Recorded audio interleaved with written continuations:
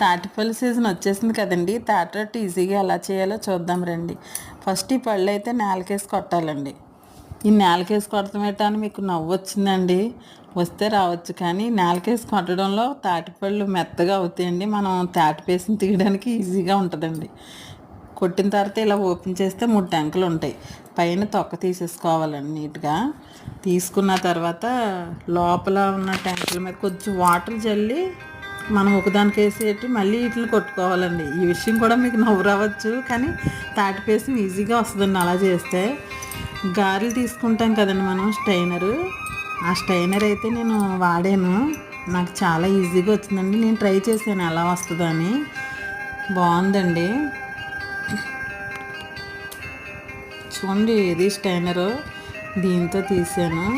చాలా స్మూత్గా ఉందండి ఈ పేసం కూడా. పీచ్ వస్తుంది కదండి, దేంతో తీసిన పీచ్ అయితే రాలేదండి, బాగుంది. కొంచెం ఇబ్బంది పడతారు కదండి తీయడానికి, చాలా కష్టపడతారు.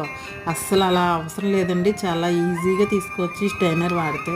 చూడండి పేస్ట్ ఎంత బాగుందో, కొంచెం కూడా పీచు రాలేదు. బియ్యం రవ్వ వాడతారు కదా దీంట్లోకి తాటి రొట్టె వేసుకోవడానికి, కానీ నేనైతే లలిత ఇడ్లీ రవ్వ వాడానండి. చాలా స్మూత్గా వస్తాయి లలిత ఇడ్లీ రవ్వ. తర్వాత ఇది తాటిపండు స్వీట్గా ఉంటుంది కదండి, బెల్లం మనం స్వీట్కి సరిపడా వేసుకొని కలుపుకోవాలండి, మన ఇష్టం అది. కలుపుకుని ఒక అరగంట పక్కన పెట్టుకుని ఉంచుకున్నాక అప్పుడు మనం రొట్టె వేసుకోవాలండి. పెనం పెట్టి ఆయిల్ వేసుకుని రొట్టె మన సైజు ఎంత కావాలంటే అంత సరిపడగా పిండి వేసుకుని చక్కగా దోరగా సిమ్లో పెట్టి దీన్ని మూత పెట్టి వదిలేయాలండి.